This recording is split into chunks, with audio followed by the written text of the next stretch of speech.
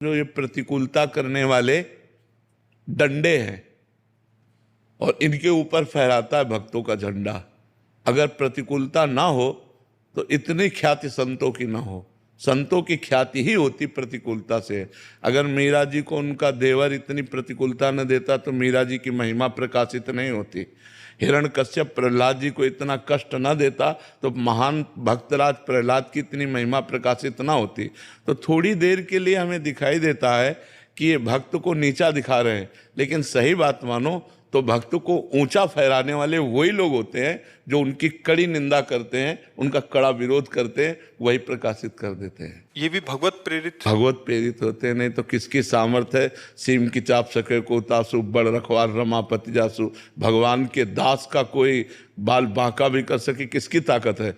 एक तरफ भगवान भक्ति की रक्षा का कवच बनते हैं और दूसरी तरफ दुष्ट को पावर देते हैं कि गाली दो, निंदा करो। उन्हीं का बल है, नहीं तो किसकी सामर्थ्य है? वैष्णव अपराध, भक्त अपराध, संत अपराध, साधु अवज्ञा तुरंत भवानी, कर कल्याण अखिल के हानि। उसी समय उसका नाश हो जाए।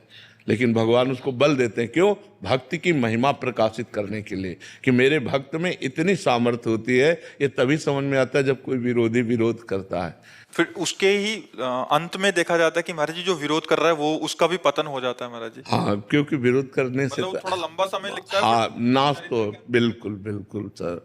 वो तो वैष्णव निंदा या वैष्णव अपराध वज्र की लीक है, उसे भोगना पड़ेगा। वो किसी प्रायश्चित से नष्ट नहीं होता, उसे अवश्य में भोक्तव्यम कृतम कर्म शुभाशुभम, ये बिल्कुल भोगना पड़ता है। इसलिए बहुत सावधान रहे।